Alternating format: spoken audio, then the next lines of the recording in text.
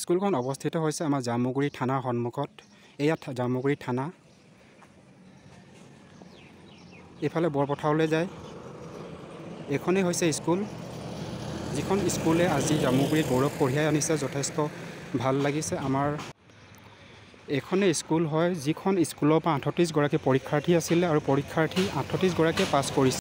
Hello' নমস্কাৰ অসমবাসী ৰাইজ। বৰ্তমান মই উপস্থিত আছোঁ জামুগুৰি আদৰ্শ জাতীয় বিদ্যাপীঠ বিদ্যালয়খনত। বৰ্তমান আজি হায়াৰ ছেকেণ্ডেৰী ৰিজাল্ট দিছে। স্কুলখনলৈ আহিছোঁ, উপস্থাপন কৰিব বিচাৰিছোঁ আজি ৰিজাল্ট কি ধৰণে পাছ কৰিছে।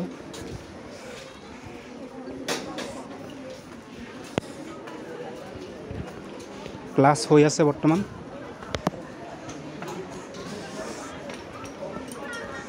বাইদেউ সোমাব পাৰিম? বৰ্তমান উপস্থিত আছোঁ অফিচত। বাইদেউ আছেনে? অঁ বাইদেউ, এইখন বিদ্যালয়ৰ প্ৰিন্সিপাল হয়। বিদ্যালয়ৰ বিষয়ে অলপ কৈ দিয়ক। কিমান পৰীক্ষাৰ্থী আছিলে, কিমান উত্তীৰ্ণ হৈছে অলপ কৈ দিয়ক বাইদেউ। আমাৰ বিদ্যালয়ত 38জন ছাত্ৰ ছাত্ৰী আছিলে। হয়। 38জনৰ ভিতৰত 30জন ফাৰ্ষ্ট ডিভিজন, হয়। 8জন ছেকেণ্ড, হয়। 100% উত্তীৰ্ণ হৈছে। হয়। তাৰপিছত ডিষ্টিংশ্যন পাইছে ডিষ্টিংশ্যন মাৰ্ক পাইছে 3গৰাকী। হয় হয়, সুন্দৰ। ষ্টাৰ পাইছে 9গৰাকী। হয়। মুঠ লেটাৰৰ সংখ্যা আপোনাৰ 80টা। হয়, ধন্যবাদ ধন্যবাদ। আপোনাৰ এড্ৰেছটো কৈ দিব।